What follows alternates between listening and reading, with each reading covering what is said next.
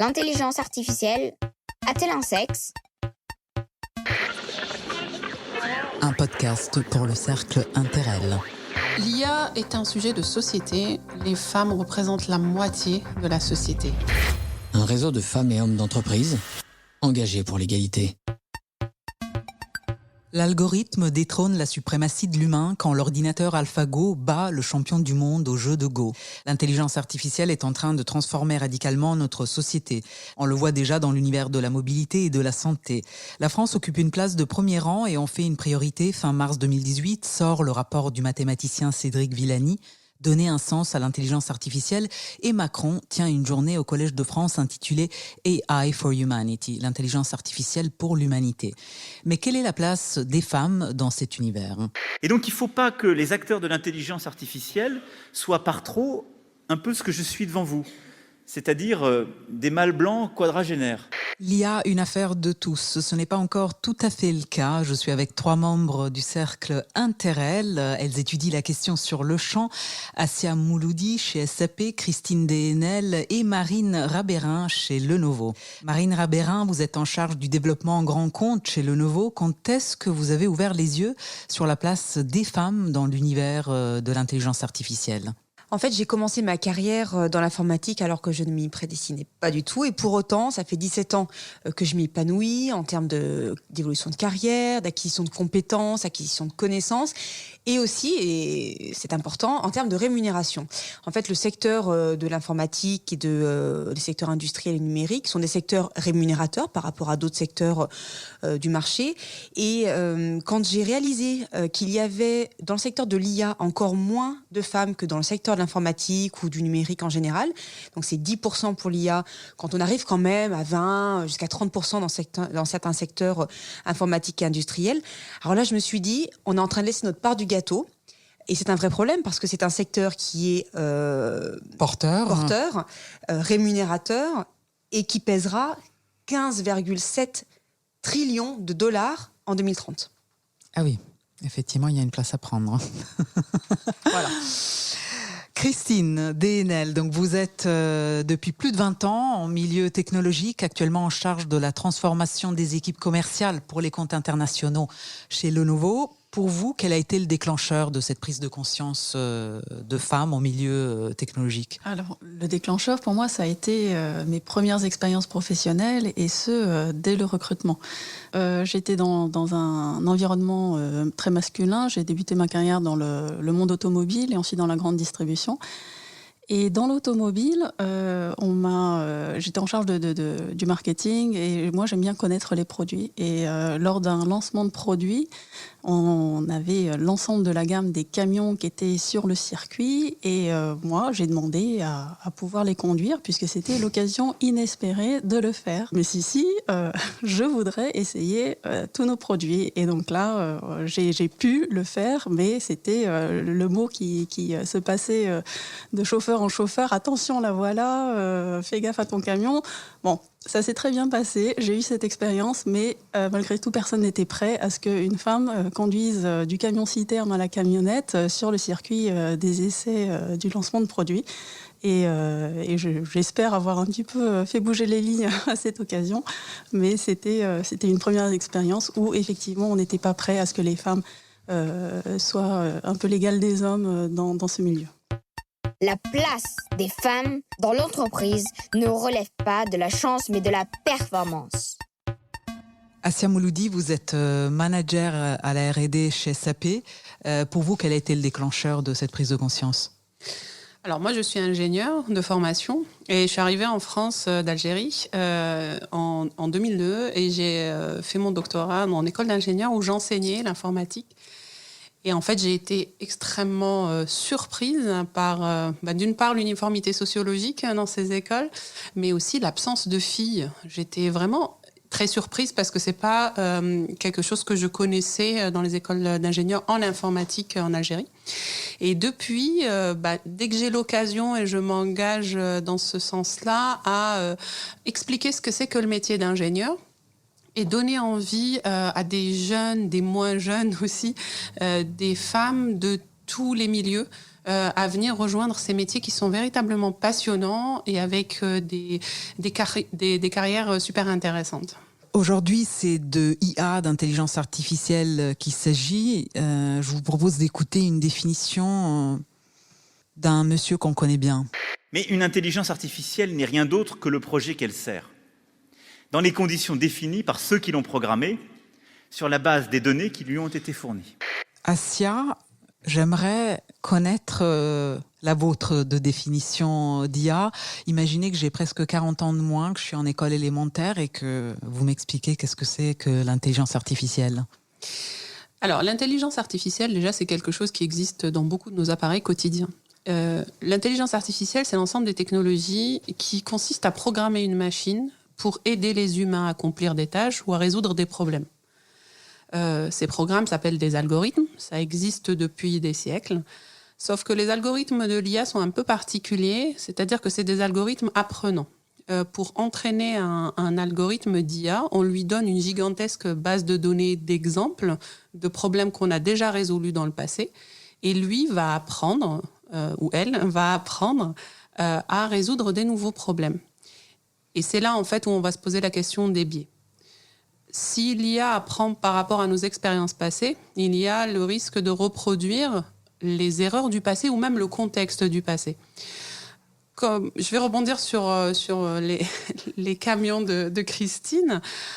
Pendant des années, conduire un camion était effectivement un métier d'homme. Donc, lorsqu'on recrutait des routiers, c'était exclusivement des hommes. Il n'y avait pas de questions à se poser. Aujourd'hui, on sait très bien que les camions peuvent très bien être conduits par les femmes, mais une machine ne peut pas le comprendre parce qu'elle n'est pas dans la vie réelle. Donc en fait, l'IA, dans ce cas-là, peut nous aider à réduire un biais existant et être meilleur que dans le passé. Un autre exemple où les biais de l'IA doivent être considérés par la société, c'est dans le domaine médical. L'IA est extrêmement utile dans le domaine médical pour faire des diagnostics. Or, les données médicales sur les maladies qui touchent les femmes sont souvent moins diagnostiquées et parfois même non repérées par le corps médical. Ça veut dire que nos bases de données sont pauvres sur toutes les maladies qui concernent les femmes. Et là, on touche du doigt l'impact sociétal qu'il y a à s'engager dans l'IA non biaisée.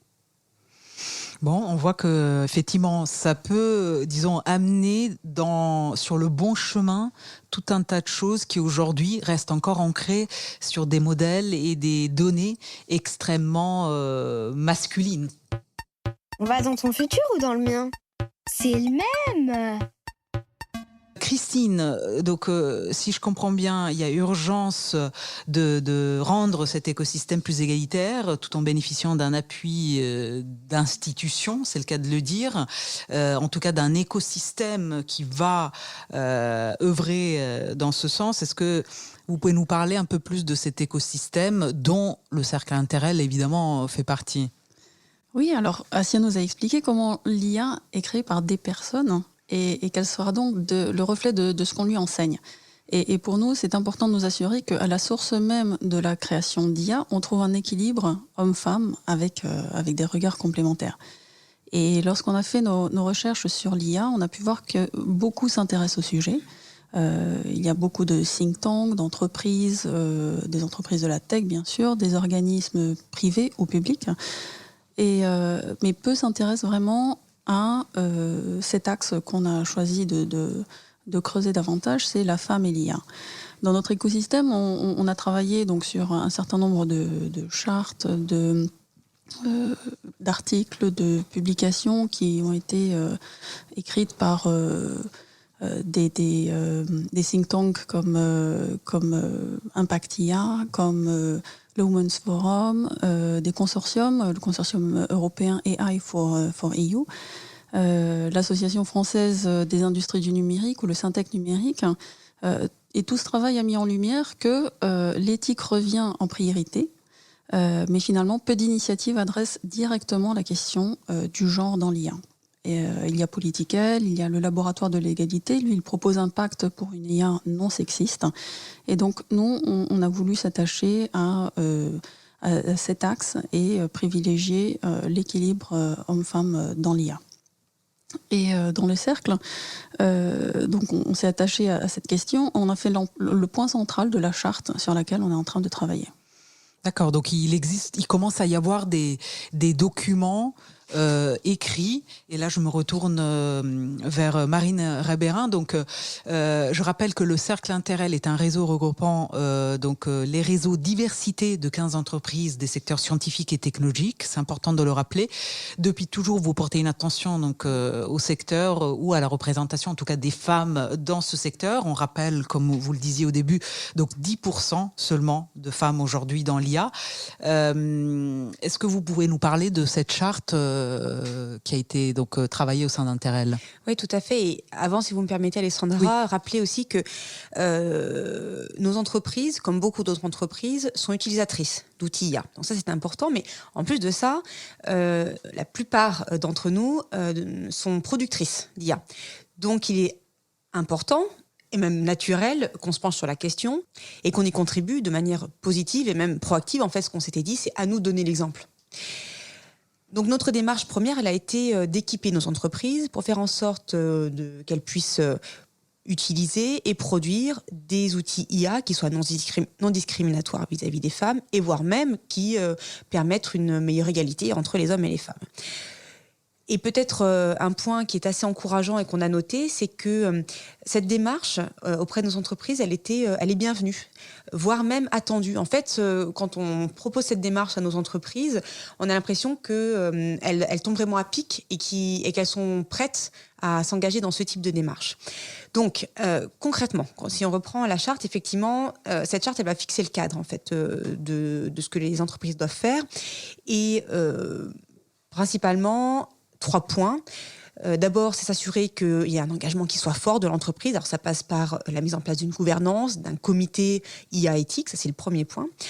Deuxièmement, il faut que l'entreprise ait un point de vigilance particulier sur l'éthique des données et des algorithmes. Alors, en gros, ça veut dire faire en sorte que les outils IA, donc qui sont faits de données et d'algorithmes, ne reproduisent pas ni n'amplifient des biais de genre. Et troisièmement, c'est faire en sorte qu'on ait une meilleure diversité et inclusion des femmes dans les métiers de l'IA et dans les équipes IA. En gros, que les femmes intègrent plus régulièrement les équipes d'IA et surtout qu'elles y restent. Et alors, en plus de cette charte, on l'accompagne en fait d'une boîte à outils qui est donc quelque chose de très pratique et actionnable. Et entre autres, par exemple, c'est une grille d'évaluation pour les entreprises, une fiche de poste pour le comité IA, donc un certain nombre d'outils prêts à l'emploi, j'allais dire, pour donner vie en fait à cette charte et aux engagements qu'ils auront pris lors de la charte. Donc l'objectif, c'est que les entreprises atteignent un niveau qui leur permet d'être labellisées. Et notre petite idée derrière, c'est de démontrer que non seulement c'est faisable, mais aussi que ça apporte une vraie valeur ajoutée pour l'entreprise, que ce soit en termes d'image, mais aussi en termes commerciaux, et que ça fasse des émules, et que d'autres entreprises décident de suivre l'exemple des entreprises du Cercle Interel. La diversité des équipes est un vecteur de performance. Le secteur de l'intelligence artificielle est un secteur où il reste encore beaucoup à faire. Peut-être qu'on pourra le faire plus rapidement que dans d'autres secteurs grâce aussi à justement tout cet univers de l'algorithme et des données et de comment on peut un peu essayer de rompre cette chaîne de données qui est basée sur un certain passé. Un mot de la fin pour chacune. Qu'est-ce que vous avez envie de faire passer outre le fait de s'engager dans Interel, Assia?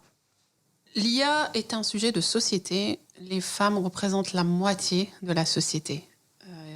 C'est très important qu'elles s'approprient le sujet et qu'elles s'assoient à la table pour en parler, parce que ça nous concerne tous, ça nous concernera de plus en plus, et il est important de s'engager sur ce sujet-là.